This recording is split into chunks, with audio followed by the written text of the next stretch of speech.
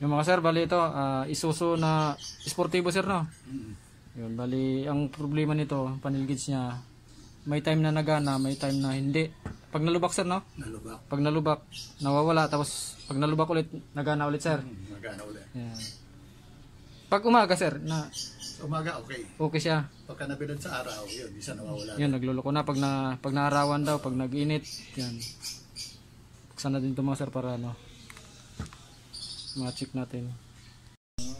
Ito 2 minuto lang ang diferensya. Mas kabisado ko na ang hari. Parang layo.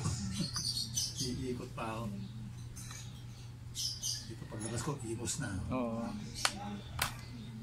Ang lambot na nga, oh. Nabuksan na siya. Bali nagalaw na siya mga sir ng ano, ng iba. Kasi isang linggo para to kay sir eh, yung sportivo. Isang linggo ba sir, no? Pagkabili mo? Hindi sinabi ng may-ari sir, pagkabili mo. Ito yung ganito issue.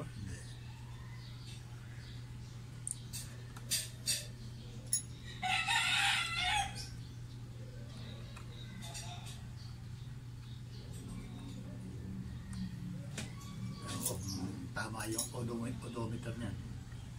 Alam ko, nare-reset din yan eh. Oo, may mga nagre-reset ng ganyan eh.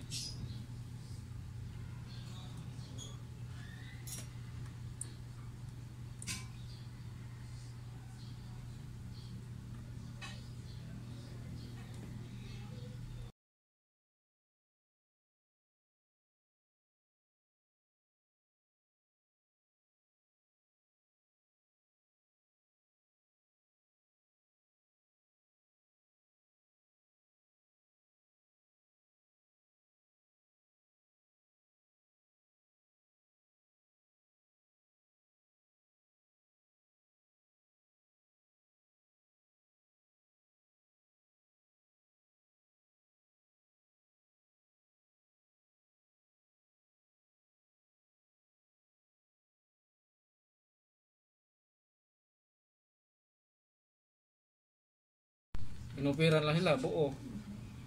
Isang buo ng ganyan. Dito, meron din eh. Sa Cavite nag-aarong ganyan. Buo daw sir? Buo. Magkano sir? Kaso, ano siya eh. Hindi yung digital, yung may manual pa. Yung umiikot. Yung odo niya? O yung odo. O, hindi digital. Magkano naman yun sir? Eh, ano? Ano ba pangalan eh?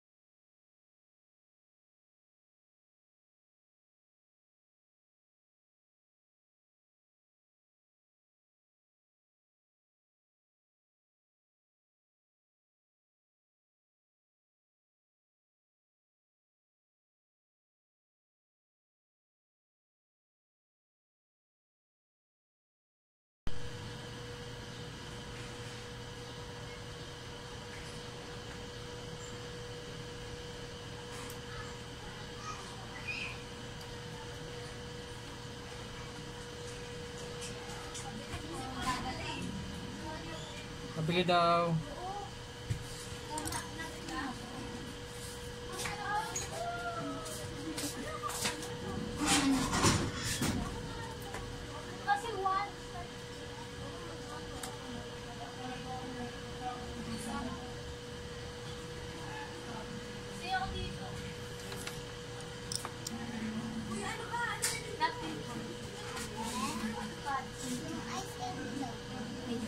Ilan?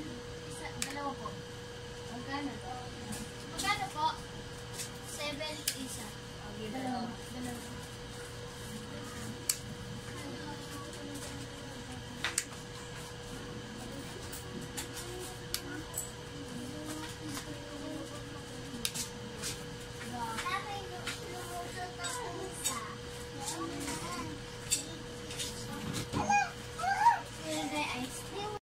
Yun, ayos na mga sir, yung ano, yung sa Isuzu na sportivo.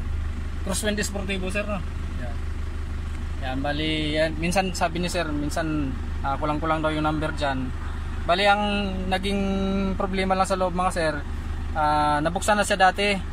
May hininang lang sila na ilang piraso, mga paa ng pisa. Pero hindi na rin niya hininangan lahat ng mga nakaangat ng nakaangat na tingga, mga nag-crack. Yun yung isa sa dahilan kaya nagluloko yung panel gauge. Tapos meron ding isang pisa na sunog na. Kaya pinilitan ko na rin yan. Ayos na. Sabi ni sir pag nalubak daw nawawala. Yan. Pag pinukpok na bagsak lahat sir pag pinukpok. Tapos gagana ulit. Yan. Ayos na siya mga sir. Galing pa si sir ng Binyan. Laguna yun sir, no? Yan. Maraming salamat.